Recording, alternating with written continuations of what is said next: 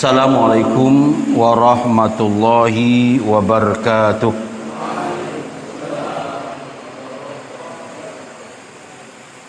Alhamdulillahillazi amarona biluzumil jamaah wa nahana 'anil ikhtilafi wal furqah.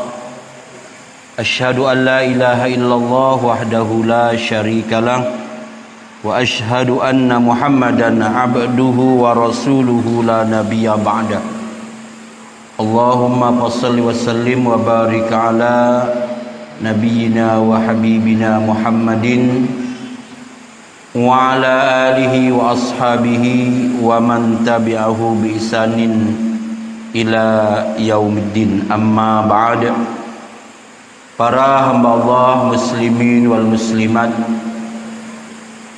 jamaah salat maghrib yang dirahmati Allah subhanahu wa ta'ala, alhamdulillah,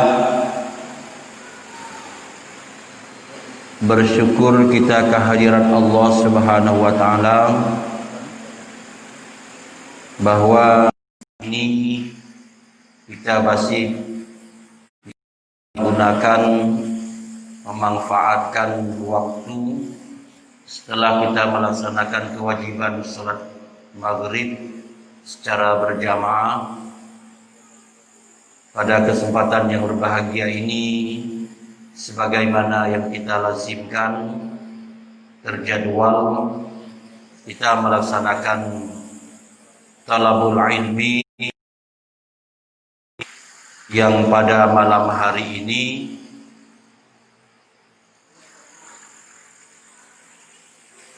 materi kajian kita adalah tentang kepemimpinan dan masyarakat dalam Islam, yang sering juga diistilahkan al-jamaah wal imamah.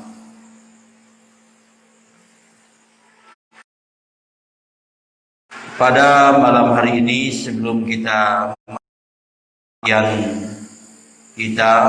mengambil referensi rujukan buku yang ditulis oleh Syekh Muhammad Rashid Ridha yang berjudul itu ada Al-Khilafah.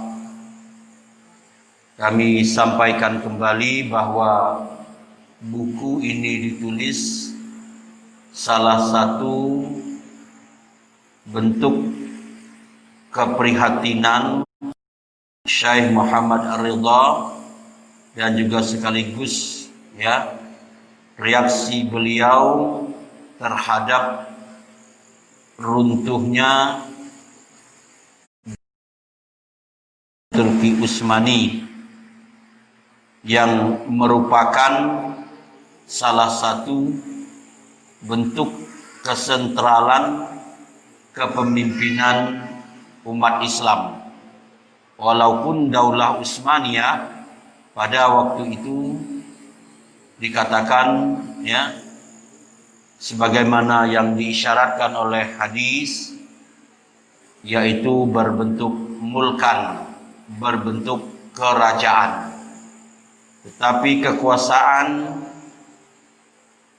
Daulah Utsmaniyah meliputi tidak hanya di Jazirah Arab, bahkan Afrika maupun Eropa. Sehingga tidaklah heran dan salah bila para ahli sejarah mengatakan bahwa ada kesentralan kepemimpinan bagi umat Islam. Nah, dengan runtuhnya Turki Utsmani, maka berbagai reaksi, berbagai tanggapan, sebagaimana pernah kami sampaikan pada kesempatan yang lalu, tidak hanya datang di kalangan para ulama, cendekiawan, bahkan para akademisi, juga orang-orang yang punya perhatian terhadap persatuan umat Islam yang memang dalam sejarah cukup lama, ya 13 abad lamanya, maka wajarlah bila pada saat awal runtuhnya Turki Utsmani berbagai reaksi itu terjadi. Dan salah satu bentuk dari reaksi itu lahirlah berbagai tulisan yang berbicara tentang kepemimpinan bagi umat Islam. Maka banyak lahir buku-buku, ya, yang oleh para alim, para cendekiawan, ya, itu mereka menulis buku tentang kepemimpinan dalam Islam. Dan salah satu inilah yang kita kaji, yaitu yang disusun oleh, ya, Muallif Syekh Muhammad Rashid Ridha. Para ikhwan wal akhwat jamaah yang dirahmati Allah Subhanahu wa taala, pada malam hari ini kami akan menjelaskan, ya, lebih terperinci apa yang ditulis oleh beliau. Ya, kemarin pada pertemuan yang lalu itu ada yang kita membaca beberapa istilah yang ditulis oleh Syekh Muhammad Ridha terhadap kepemimpinan di dalam Islam. Yang pertama, beliau di sini menulis al-khilafatu wal imamatu wa imaratul wal imamatul uzma wa imaratul mu'minin salasu kalimatin ma'naha wahidun. Jadi dalam tulisan beliau ada istilah al-khilafah wal imamatul uzma wa imaratul mu'minin. Itu adalah 3 sinonim, ya, suku kata yang memiliki satu makna. Apa? Wa huwa riasatul hukum al-islami al-jami'ah, yang berarti, ya, bahwa dia adalah kepemimpinan kepala di dalam pemerintahan Islam. Ini yang digunakan oleh Syekh Muhammad Rashid Ridha.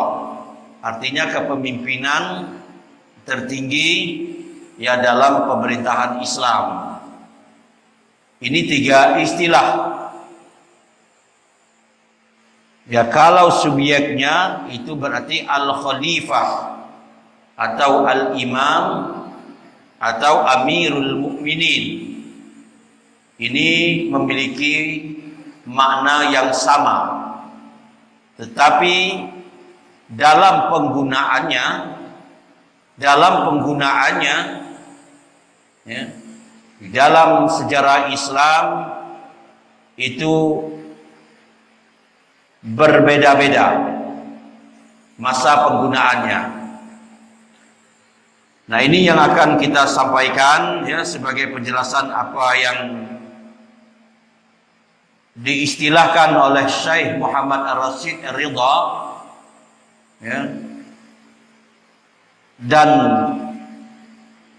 beliau ini memang merupakan saksi, ya. Pada kesempatan yang lalu kami sampaikan saksi sejarah di saat terjadi runtuhnya kepemimpinan tunggal yang berbentuk vulkan di kalangan umat Islam. Maka secara, ya, psikologis bisa kita katakan bahwa beliau ini betul-betul memahami bagaimana bentuk kemasyarakatan yang terjadi dalam Islam. Apalagi, ya, Syekh Muhammad Rashid Ridha ini salah satu murid, ya, dari Jamaluddin Al-Aghani yang terkenal, ya, di dalam beberapa literatur, salah satu penggagas pan-Islamisme. yang ingin betul-betul menyatukan ya umat Islam, karena pada masa beliau hidup itu sudah ada upaya-upaya untuk memecah belahkan umat Islam. Kalau kita melihat sejarah ya, dari setelah pertengahan ya abad pertengahan dan puncaknya pada revolusi Prancis dan Inggris, terkenal dengan istilah ada Renaissance, ini bibit-bibit untuk memecah belahkan umat Islam itu sudah terjadi. Maka salah satu ya yang hidup pada waktu itu menyaksikan adanya bibit-bibit perpecahan ini adalah Jamaluddin Al-Afghani. Maka dia mengenalkan istilah yang cukup populer ya, adalah untuk yang disebut dengan menyatukan umat Islam. Ini bisa dilihat ya dalam tulisan, kalau di Indonesia itu cukup terkenal di kalangan akademisi, yang ditulis oleh Profesor Dr. Harun Nasution ya, yang bukunya yaitu Islam ditinjau dari berbagai aspek. Ini para hamba Allah, artinya apa kami sampaikan ini? Bahwa istilah khalifah, istilah imam, istilah amirul mukminin adalah istilah yang terbiasa digunakan, dipakai di kalangan umat Islam. Jadi bukan istilah yang asing, bukan istilah yang syarat dengan interest atau kepentingan, tetapi istilah ini kalau kita melihat lebih jauh, seperti halnya yang ditulis oleh Ibnu Khaldun di dalam kitabnya Al-Muqaddimah, bahwa istilah-istilah ini sebenarnya secara tersirat itu sudah ada di dalam Al-Quran. Istilah-istilah ini sudah ada di dalam Al-Quran. Maka ini juga yang dikuatkan nanti istilah ini ya oleh seorang penulis sejarah kontemporer, yaitu Dr. ya Salabi, Ahmad Salabi. Ya, beliau ini yang juga banyak menulis hal-hal yang berkaitan dengan kemasyarakatan dan kepemimpinan di dalam Islam. 3 istilah khalifah, al-imam, amirul mukminin, ini istilah yang populer digunakan pada masa Khulafaur Rasyidin Al-Mahdiyin, yaitu pada masa 4 sahabat yang mendapat amanat, mereka diangkat menjadi khalifah atau menjadi amirul mukminin atau menjadi imam muslimin. Ini 3 istilah ini populer di kalangan Khulafaur Rasyidin. Oleh karenanya, sebagai penjabaran dari apa yang dijelaskan oleh Syekh Muhammad Rashid Ridha dalam menggunakan istilah itu, kami mencoba untuk memerincikan penggunaan 3 istilah tersebut. Yang pertama adalah istilah al-khalifah. Kata al-khalifah atau kalimat al-khalifah itu sudah digunakan di dalam Al-Quran. Mulai Allah menyebut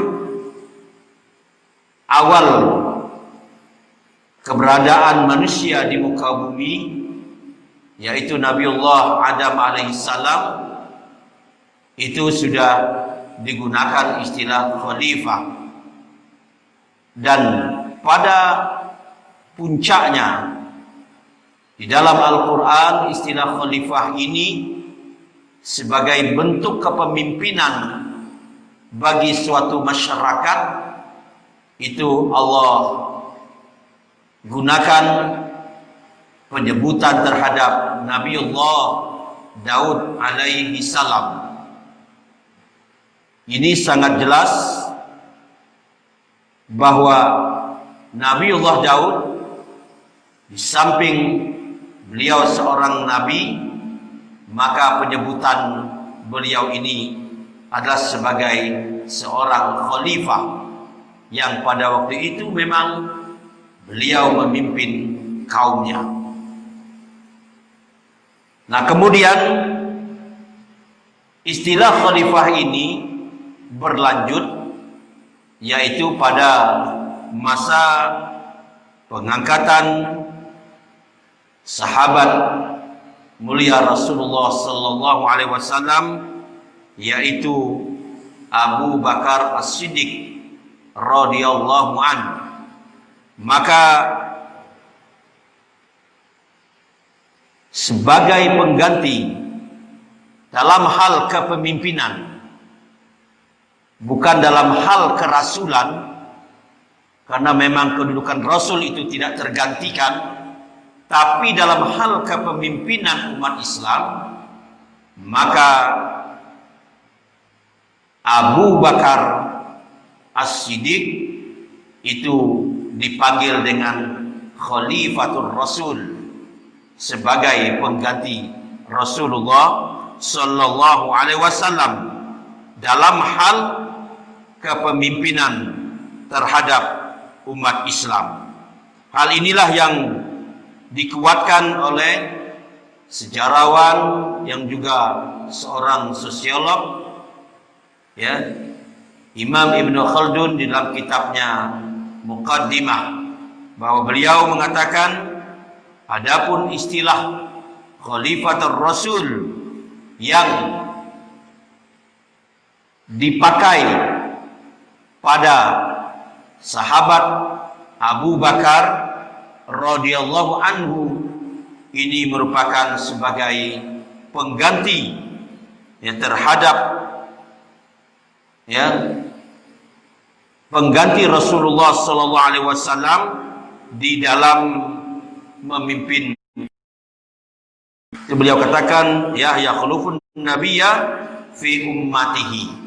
Artinya bahwa Abu Bakar itu menggantikan Rasulullah sallallahu alaihi wasallam sebagai pemimpin umat. Istilah khalifah ini pernah juga dimunculkan oleh para sahabat dengan banyak mengatakan Khalifatul Rasul di saat adanya pergantian sahabat Umar ibn al-Khattab, semoga Allah meridainya. Ada kalangan sahabat yang ingin menyebut, memberi semacam gelar kepada sahabat Umar ibn al-Khattab dengan sebutan Khalifatul Rasul, pengganti dari pengganti Rasul. Namun, ya, penyebutan ini tentu sangat, ya, ditolak oleh sahabat Umar ibn al-Khattab, karena bisa dibayangkan kalau penyebutan khalifah ini selalu digunakan dengan hanya sebatas khalifah, betapa banyak kata khalifah ini nanti sebagai pengganti dan pengganti Rasul. Maka pada waktu itu, ya, di saat Umar ibn al-Khattab, beliau, ya, diangkat menjadi pemimpin bagi umat Islam, ya, atau tadi khalifah, maka pada masa beliau ini penyebutan digunakan dengan istilah Amirul Mukminin sebagai amir, sebagai pemimpin, ya, bagi orang-orang yang beriman. Penyebutan ini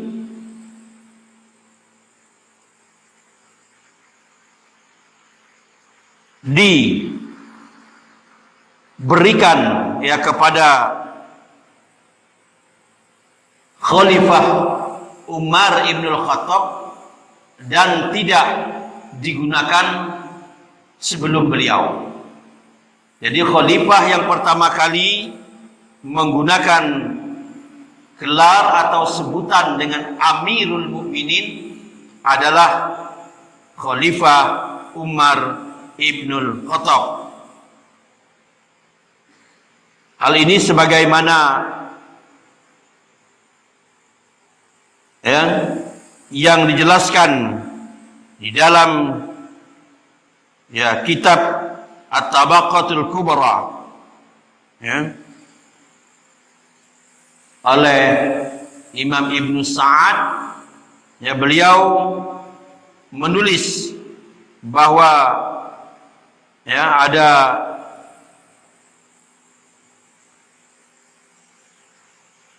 Khalifah Umar ibn al-Khattab, ya, beliau menulis surat, ya, kepada salah satu amil yang ada di Irak, ya.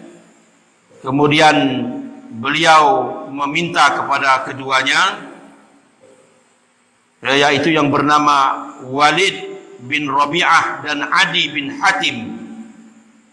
Setelah keduanya ini datang ke Madinah, maka kedua orang tersebut itu menemui sahabat Umar dan keduanya memanggil sahabat Umar ibn al-Khattab dengan sebutan, ya, Amirul Mukminin, dan keduanya, ya, meminta persetujuan, artinya apakah sahabat Umar ini menerima atau tidak dengan sebutan Amirul Mukminin. Dari pembicara keduanya ini didengar oleh sahabat-sahabat yang lain, dan di saat itu sahabat Umar ibn al-Khattab, ya, diam dan tidak menolak dengan panggilan Amirul. Ini dalam suatu riwayat. Kemudian juga ditulis oleh, ya, di sini Muhammad bin Abdullah Al-Hakim An-Naisaburi, ya, beliau juga menyampaikan sampai Umar mengatakan raditu bizalika. Dalam satu riwayat dikatakan saya setuju, ya, saya senang dipanggil dengan Amirul Mukminin. Ini, ya, laqab atau penyebutan, ya, semacam gelar bagi kepemimpinan dalam Islam.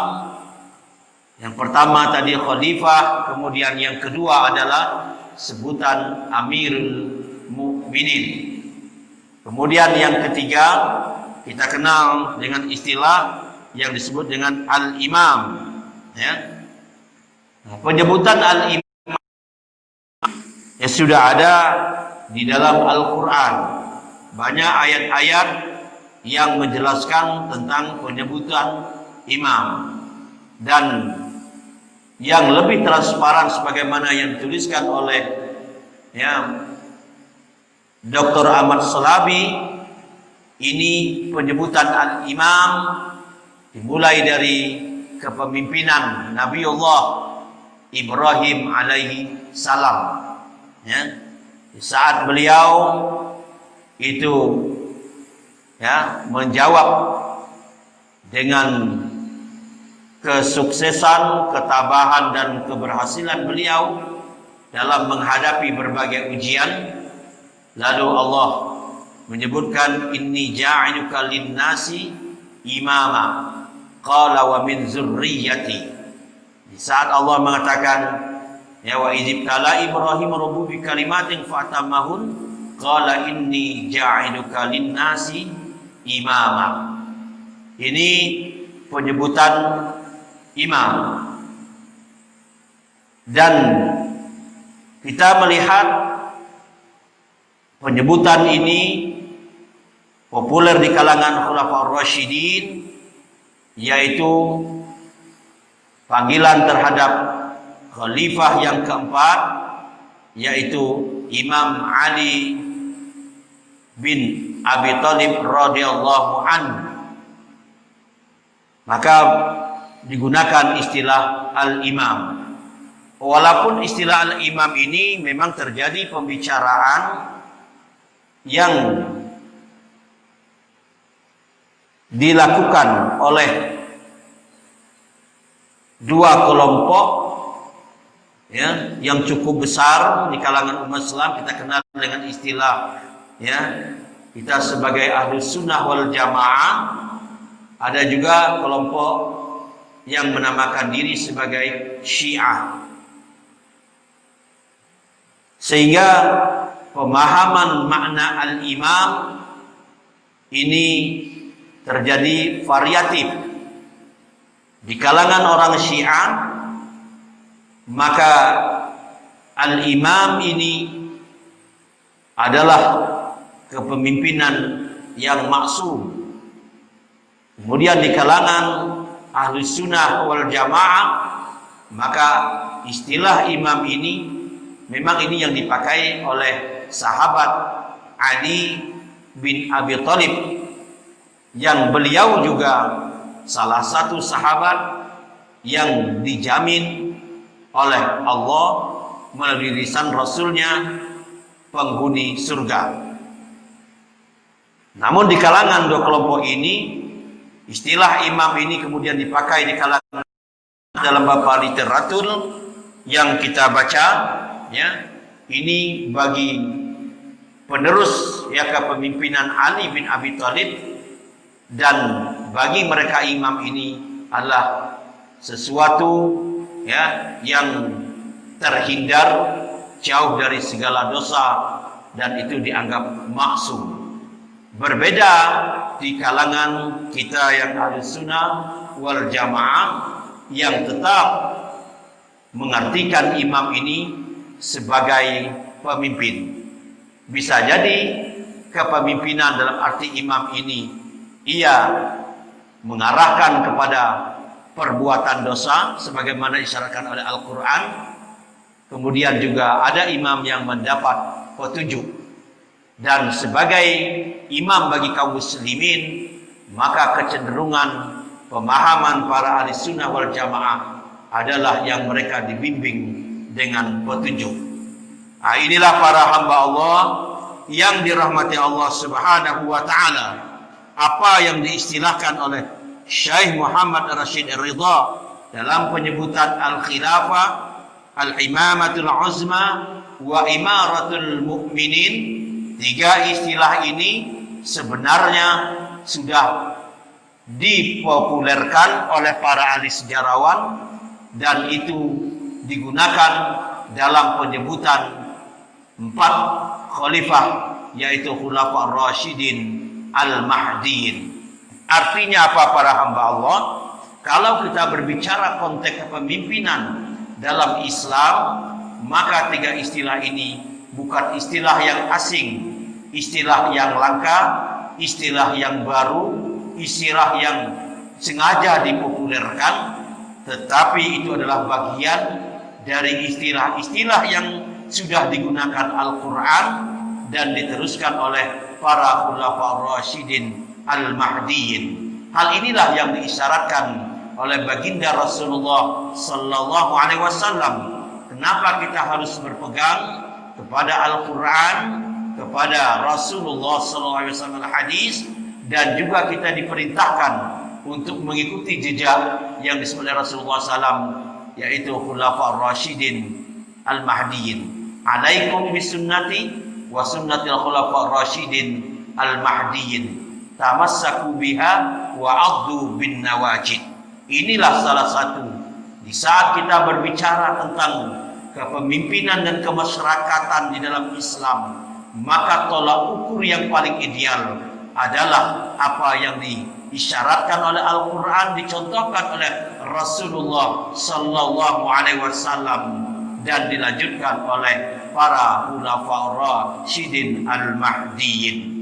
Inilah salah satu bentuk kepemimpinan kemasyarakatan yang pernah terjadi di dalam sejarah Islam dengan menggunakan 3 istilah tadi: khalifah, imam, kemudian amirul mukminin. Dengan demikian, apa yang ditulis oleh Syekh Muhammad Rashid Ridha di dalam membicarakan kepemimpinan ini sangatlah nyata dan jelas bagi kita bahwa istilah ini sudah jauh sebelumnya digunakan di kalangan umat Islam. Wallahu a'lam bissawab.